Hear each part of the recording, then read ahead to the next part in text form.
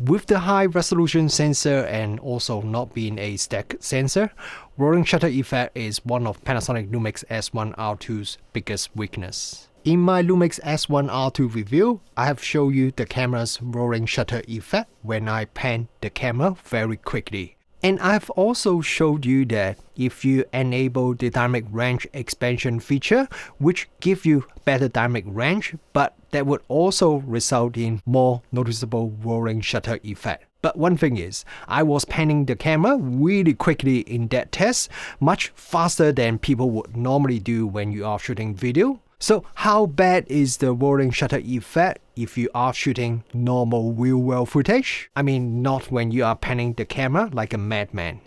So I did a few more tests the last few days. The first test, I was driving at around 40 km/h and I asked my daughter to shoot some video from the passenger seat.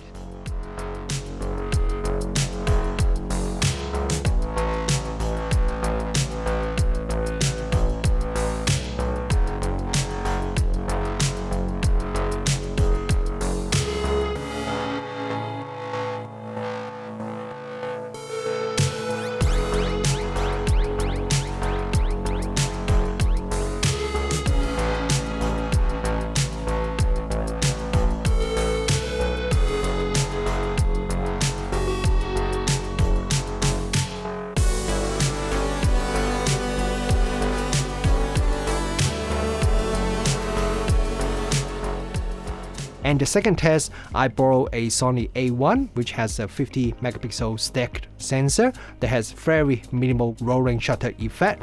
It's the original A1, not the Mark II, but I believe the sensor is the same sensor as the Mark II. So I mount the Lumix S1RII and the Sony A1 on a solid rack, and I pan the camera left and right. Not at crazy speed like my review, but at a speed that I would normally fastest pan when I'm shooting normal video.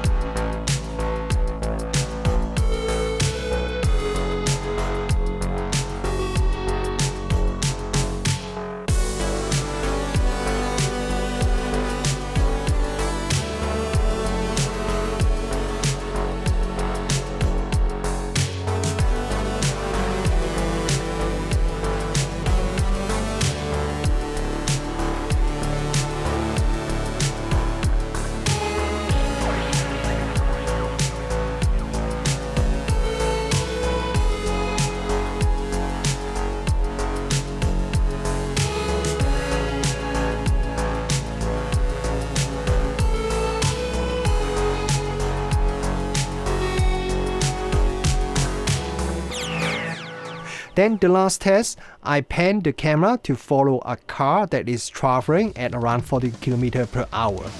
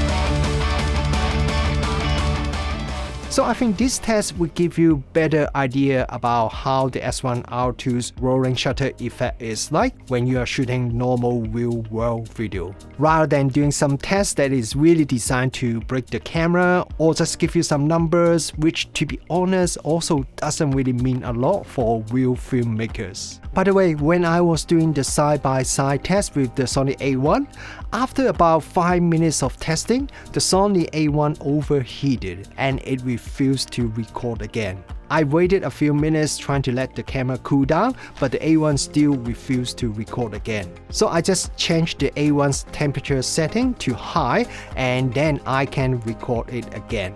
But the Sony body definitely feels pretty warm. I want to mention this because in my S1R2 review, I mentioned the S1R2 can overheat if you are recording continuously, especially when you are recording some high resolution, high quality video.